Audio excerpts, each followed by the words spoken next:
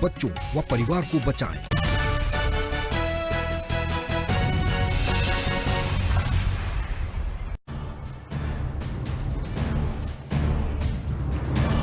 नमस्कार, शाम के 7 बजने को है। आप देख रहे हैं देश तक। आपके साथ मैं हूं चित्रा त्रिपाठी। आज की सबसे बड़ी खबर के साथ इस बुलेटिन की शुरुआत हम करने जा रहे हैं। एक तरफ कोरोना की बढ़ती रफ्तार और दूसरी तरफ कोरोना से लड़ते हुए जिंदगी को पटरी पर लाने की जद्दोजहद, दोनों ही जारी है। सरकारों ने यह मान लिया है कि कोरोना से लड़ते हुए ही रियायतों का पिटारा भी खोलना बेहद जरूरी है। इसी पर आज क्या क्या बड़े फैसले लिए गए हैं, देखिए। लॉकडाउन का चौथा चरण,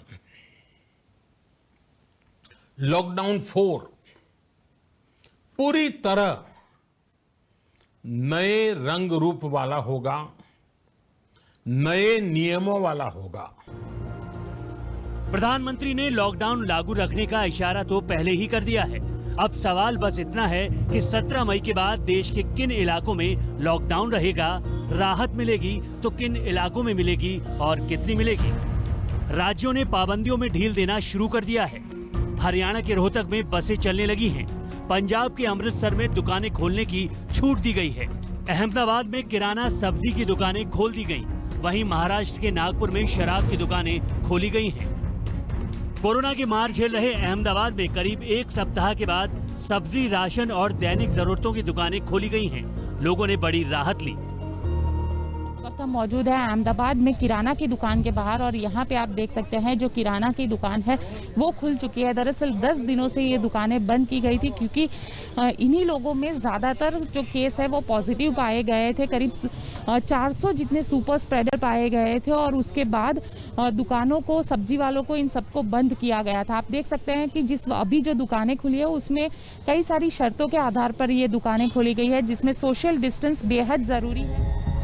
गुजरात इस बात पर राहत की सांस ले सकता है कि कोरोना के मामले में दूसरे की जगह वो तीसरे नंबर पर आ गया है, लेकिन मामले वहां बढ़ ही रहे हैं। कोरोना के अब तक 9,592 केस सामने आए हैं। अकेले अहमदाबाद में 6,900 से ज्यादा मरीज पॉजिटिव हैं। पूरे राज्य में 464 लोगों की मौत हुई है। गुजरात में कोरोना का संक्रमण कम नहीं है, लेकिन इसके बावजूद गुजरात कोरोना से लड़ने के साथ साथ अपने राज्य में आर्थिक गतिविधियां खोलने का भी मन बनाए हुए है।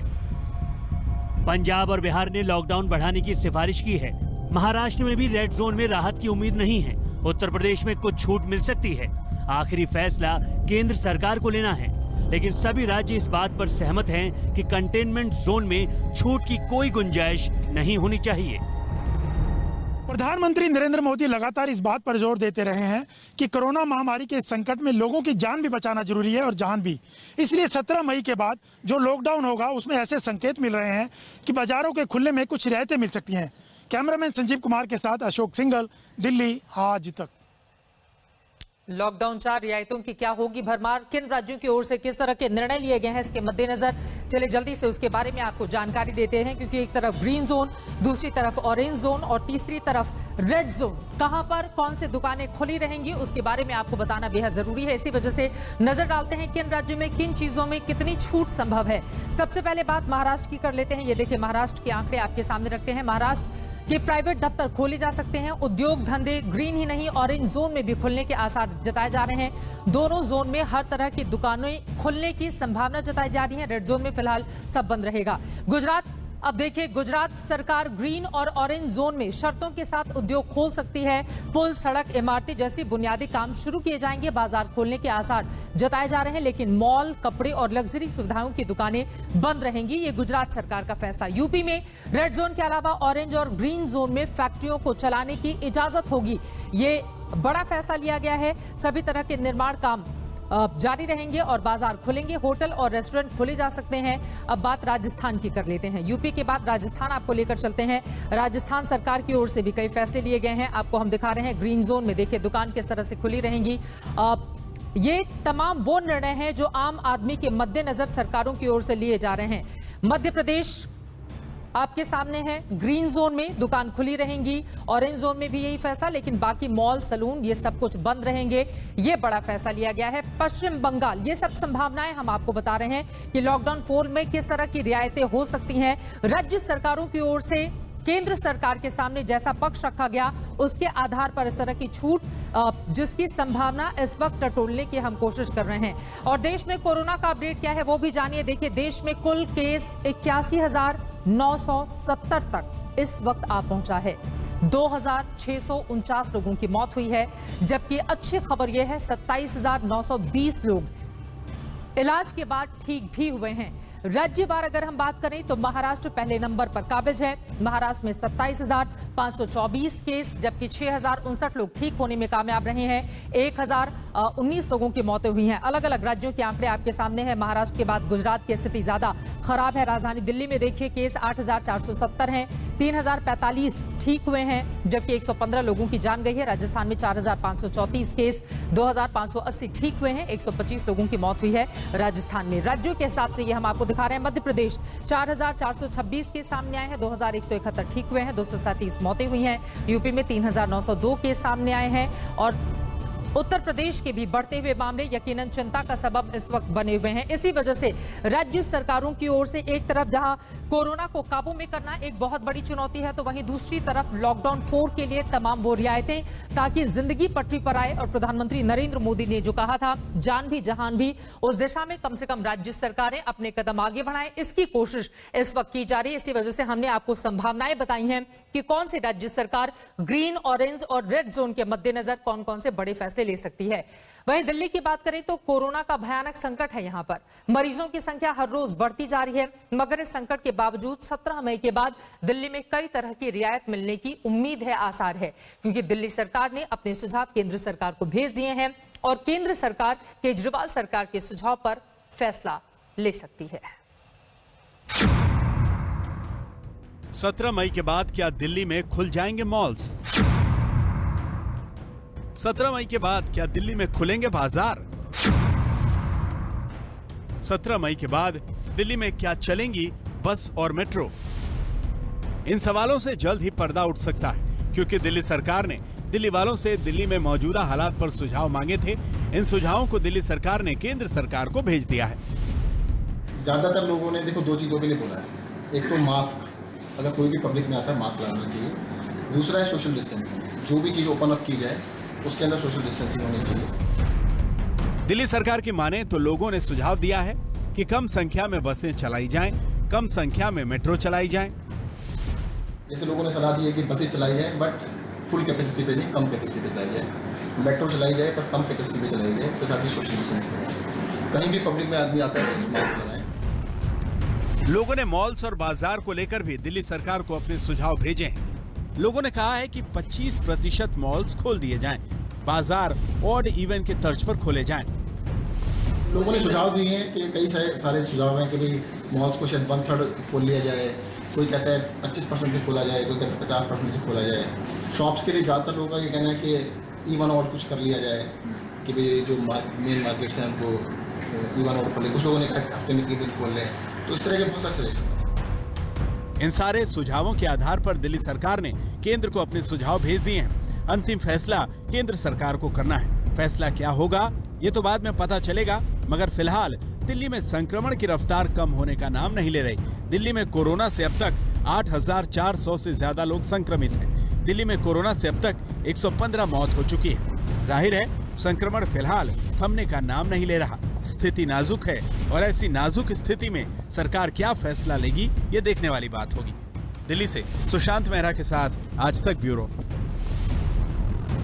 सबसे ज्यादा महत्वपूर्ण बात यही है कि सरकार की ओर से आखिर बढ़ते हुए आंकड़ों के मद्देनजर किस तरह का बड़ा फैसला लिया जाता है। वहीं महाराष्ट्र में कोरोना का संक्रमण अब लोगों के दिलों में दहशत भर रहा है। यहां कोरोना संक्रमितों का आंकड़ा 27,000 के पार चला गया है। सबसे ज्यादा बुरे हालात मुंबई के हैं, जहां कोरोना ने भयानक कहर बरपाया है।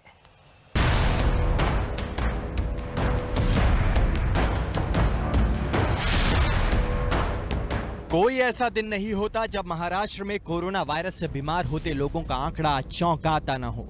27,000 से ज्यादा पूरे महाराष्ट्र में संक्रमण के शिकार हैं। अकेले मुंबई में कोरोना के 17,000 के आंकड़े के करीब पहुंच रहा है। सिर्फ 24 घंटे में 1,602 नए मरीजों की पहचान हुई। वहीं 44 लोगों ने अपनी जान गंवाई है। आप यकीन मानेंगे, पिछले 24 घंटे में ही प्रदेश में 1602 नए केसेस सामने आए हैं। मुंबई शहर में 991 केसेस, ये नए केसेस हैं जो सामने आए हैं। धारावी में केसेस का आंकड़ा 1000 से ऊपर चला गया है। पूरी मुंबई में 2000 से ज्यादा हॉटस्पॉट इलाके हैं। एशिया की सबसे बड़ी झुग्गी झोपड़ी धारावी में मरीजों की संख्या बढ़कर 1000 हो गई है। पुलिस और बीएमसी के सामने धारावी में बढ़ते संक्रमण को रोकना भारी चुनौती है। धारावी में 1000 से ज्यादा केसेस रिपोर्ट हो चुके हैं। यहाँ पर सोशल डिस्टेंसिंग करना मुश्किल है, ये बात तो हमने सुनी है, लेकिन साथ ही साथ जो एडमिनिस्ट्रेशन है, जो फ्रंटलाइन वर्कर्स हैं, वो इस जंग में पूरी तरह से शामिल हैं। बढ़ते संक्रमण के बीच लोगों की लापरवाही भी कम नहीं हो रही। मुंबई के अनटॉप हिल इलाके में 15 लोगों ने 3 पुलिसकर्मियों पर धारदार हथियार से हमला कर घायल कर दिया। तीनों पुलिसकर्मी अस्पताल में भर्ती हैं। मास्क न पहनने पर पुलिस की टीम ने आरोपियों को टोका तो भीड़ नाराज हो गई थी। मास्क न लगाने की वजह से उनको इंटरवीन किया। उस पूछताछ के समय उनमें आपस में थोड़ा डिस्प्यूट हुआ। कुछ जो आरोपी हैं उन्होंने आके हमारे जो जवान हैं उन पे और हमारे अधिकारी पे उन पे अटैक किया। मुंबई में संक्रमण का खतरा चरम पर है। ऐसे में माना जा रहा है कि महाराष्ट्र सरकार फिलहाल लॉकडाउन में कोई ढील देने नहीं जा रही है। खासकर रेड जोन के इलाकों को पूरी तरह सील रखा जा सकता है। सरकार ऑरेंज जोन और ग्रीन जोन में कितनी छूट देगी, इस पर भी अभी फैसला नहीं हुआ है। मुस्तफा शेख के साथ पंकज उपाध्याय, मुंबई आज तक। उधर मध्य प्रदेश की राजधानी भोपाल के सबसे बड़े हॉटस्पॉट जहांगीराबाद इलाके में कोरोना के बड़े खतरे से निपटने के लिए नए फॉर्मूले को जमीन पर उतारा गया है। यह फॉर्मूला है आसपास की बड़ी आबादी जो स्वस्थ है, जिनकी रिपोर्ट नेगेटिव है, उन्हें कहीं और शिफ्ट किया जाना।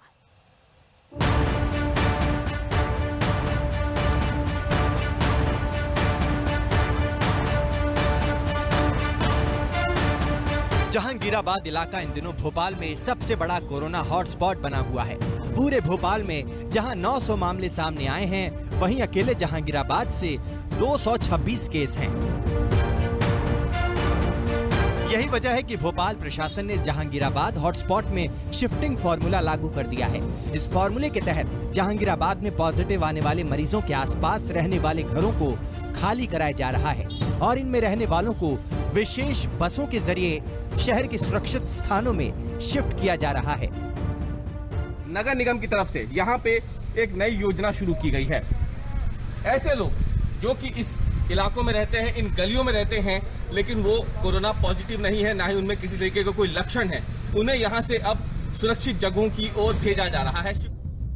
जहांगीराबाद में 226 लोग कोरोना पॉजिटिव पाए गए हैं और करीब 9 लोगों की मौत हुई है। प्रशासन ने करीब 1000 लोगों को अब तक जहांगीराबाद से सुरक्षित जगह पर शिफ्ट कर दिया है। अब तक 10,000 से ज्यादा लोगों के सैंपल लिए जा चुके हैं। जहांगीराबाद से शिफ्ट वही लोग किए जा रहे हैं जिनकी रिपोर्ट नेगेटिव आ रही है।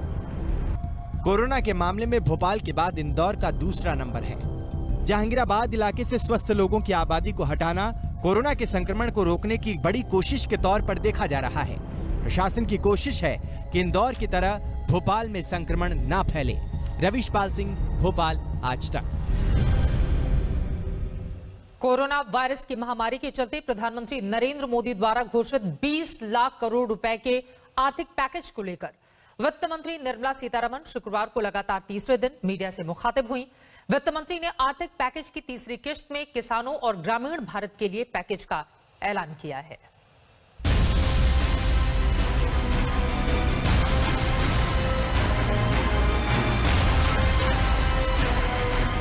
वित्त मंत्री के पिटारे से राहत की तीसरी किश्त पूरी तरह से अन्नदाता के नाम थी। निर्मला ने कृषि क्षेत्र के लिए 11 बड़े ऐलान किए। इसमें 8 फैसले कृषि के बुनियादी ढांचे को मजबूत करने के लिए हैं, जबकि 3 फैसले गवर्नेंस और रिफॉर्म के हैं। कृषि के आधारभूत ढांचे के लिए 1 लाख करोड़ रुपए की राशि का प्रावधान किया गया। वहीं कृषि से जुड़े छोटे उद्योगों को 10,000 करोड़ की मदद दी जाएगी। कोविड-19 के दौरान पिछले 2 महीनों में बहुत सारे कदम किसानों के हित में उठाए गए और न्यूनतम समर्थन मूल्य देने के लिए लगभग 74,300 करोड़ रुपया खर्च किया गया, जो सीधा किसानों को गया है उनकी खरीद करने के लिए उत्पाद की। और इसके अलावा जो पीएम किसान योजना है उसके अंतर्गत 18,700 करोड़ रुपया पिछले 2 महीनों में किसानों के खाते में सीधा डाला गया है। वित्त मंत्री ने किसानों के लिए कई घोषणाएं की। इनमें पीएम किसान फंड में 18,700 करोड़ ट्रांसफर किए गए हैं। पीएम फसल बीमा योजना के तहत 6,400 करोड़ का क्लेम पेमेंट हुआ। 2 करोड़ किसानों को 5,000 करोड़ का लाभ दिया गया। लॉकडाउन के दौरान 5,000 करोड़ की अतिरिक्त लिक्विडिटी का लाभ किसानों को हुआ है। मधुमक्खी पालन के लिए 500 करोड़ की सहायता। हर्बल पौधों के उत्पादन को बढ़ावा देने के लिए 4,000 करोड़ रुपए दिए जाएंगे। पशुपालन के लिए 15,000 करोड़ का प्रावधान किया गया। 53 करोड़ पशुओं के टीकाकरण की योजना है।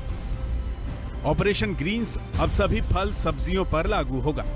फसल कटाई के बाद प्रबंधन करने के लिए जो भी सुविधाएं वैल्यू चेन के लिए बनानी है वो उसमें बनाई जाएंगी और इससे लाभ मिलेगा मूल्य संवर्धन के लिए भी, भंडारण की क्षमता बढ़ाने के लिए भी, और कुल मिलाकर किसान की आय को भी इसमें बढ़ोतरी मिलेगी। इसके साथ ही सरकार ने आवश्यक सामानों के स्टॉक की लिमिट हटा दी है। किसानों के लिए अब अंतर्राज्यीय व्यापार का रास्ता खोलने की तैयारी की जा रही है। कुल मिलाकर लॉकडाउन में बुरी तरह परेशान हुए किसानों के हालात को सुधारने की कोशिश है। देखना यह होगा कि ये कितनी तेजी से जमीन पर उतारा जाता है। ऐश्वर्या पालीवाल के साथ आज तक ब्यूरो। तो किसानों को जिस बात का इंतजार था, तीसरी किस्त में उन्हें बड़ी राहत सरकार की ओर से दी गई है। उधर सेना और अर्धसैनिक बलों में भी कोरोना संक्रमित मरीजों की संख्या लगातार बढ़ती जा रही है। एक सैनिक के कोरोना पॉजिटिव पाए जाने के बाद दिल्ली में सेना भवन को सील कर दिया गया है, जिसके बाद सेना भवन को सैनिटाइज किया जा रहा है। पॉजिटिव पाए गए जवान के संपर्क में आए लोगों की ट्रेसिंग की जा रही है और सभी को क्वारंटीन किया जाएगा। सेना भवन में आज एक जवान कोरोना वायरस से संक्रमित पाए गए हैं और इसके चलते कुछ हिस्से हैं सेना भवन बिल्डिंग के जिनको सील कर दिया गया है और यहाँ पे जो है डिसइंफेक्ट किया जा रहा है उस इलाके को और सारे प्रोटोकॉल्स फॉलो करे जा रहे हैं जो कोरोना वायरस के फैलने के बाद आए हैं। और जो कॉन्टैक्ट ट्रेसिंग का प्रोसीजर है वो भी चालू है इस वक्त और ये जानने की कोशिश है कि कौन कौन वो लोग थे जो इन जवान से कांटेक्ट में आए होंगे। सेना भवन बता दें काफी अहम जगह है जहां से सेना की गतिविधियां होती हैं और पॉलिसीज चलती हैं और यहाँ पे काफी आला अधिकारी भी बैठते हैं। ये पहला ऐसा केस नहीं है, सेना में पहले भी इस तरह के कोविड-19 पॉजिटिव केसेस आए हुए हैं, लेकिन राहत की बात यह है कि सारे केस जो हैं उनमें से कोई भी ऑपरेशनल एरिया में नहीं है। इसका ये आगे बढ़ेंगे। इन दिनों हर रोज ऐसी तस्वीरें हमारी आंखों के सामने से गुजरती हैं जो हमें अंदर तक झकझोर कर रख देती हैं। ये तस्वीरें हमारे देश के मजबूर मजदूरों की हैं, बगैर जान की परवाह किए जो जहां पर था वहीं से चल पड़ा है अपने गांव की ओर।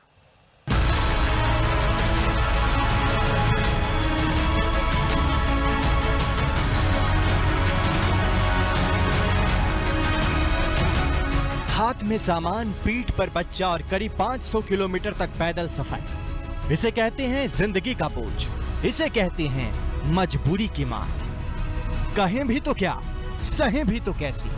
तो दिल्ली से लखीमपुर के लिए चल पड़ा परिवार।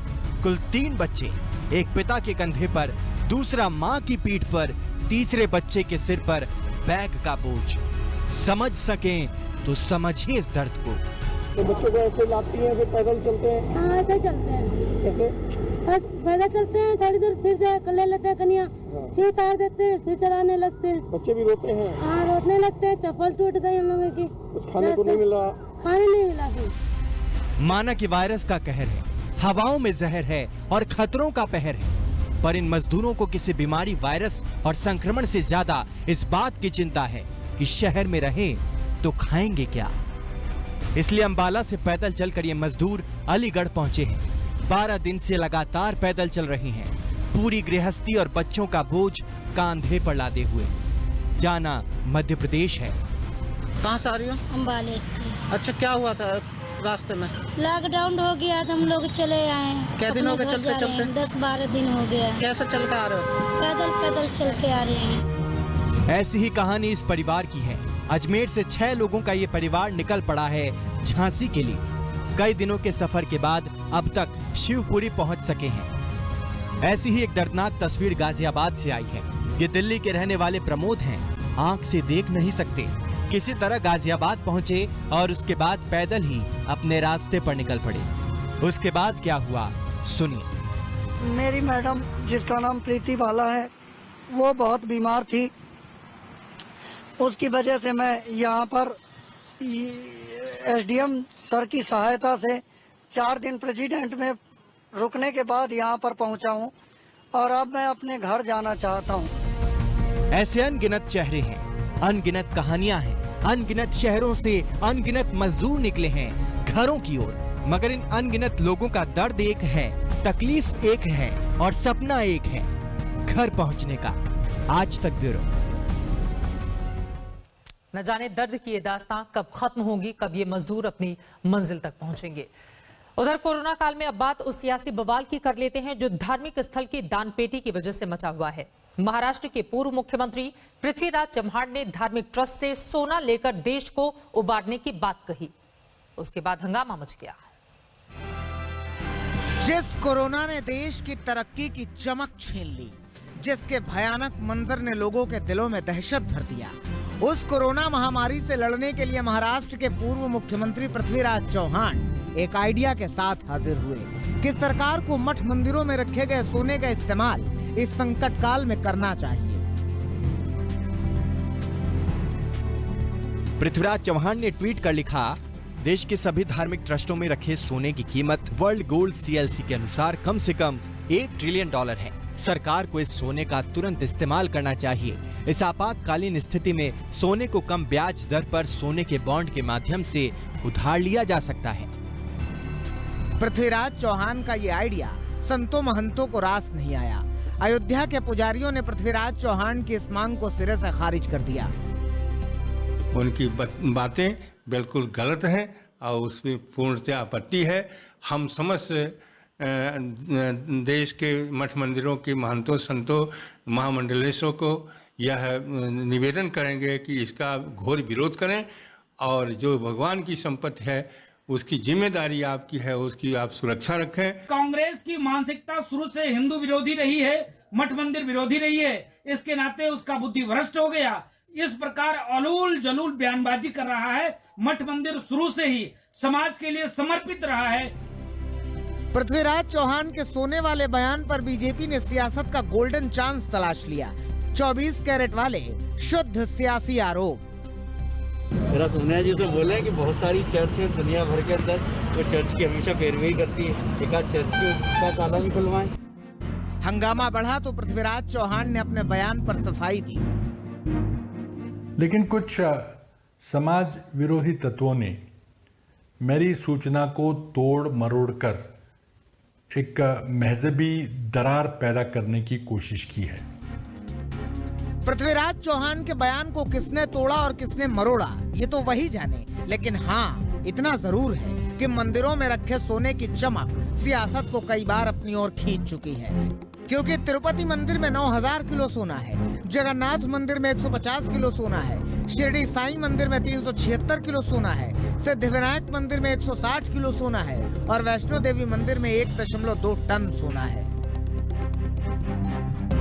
इसीलिए समय समय पर मंदिरों की संपत्ति को लेकर सियासी हलकों में आवाजें उठती रहती हैं, लेकिन ये आवाजें सियासी दीवारों से ही टकराकर अक्सर दम भी तोड़ देती हैं। आज तक ब्यूरो।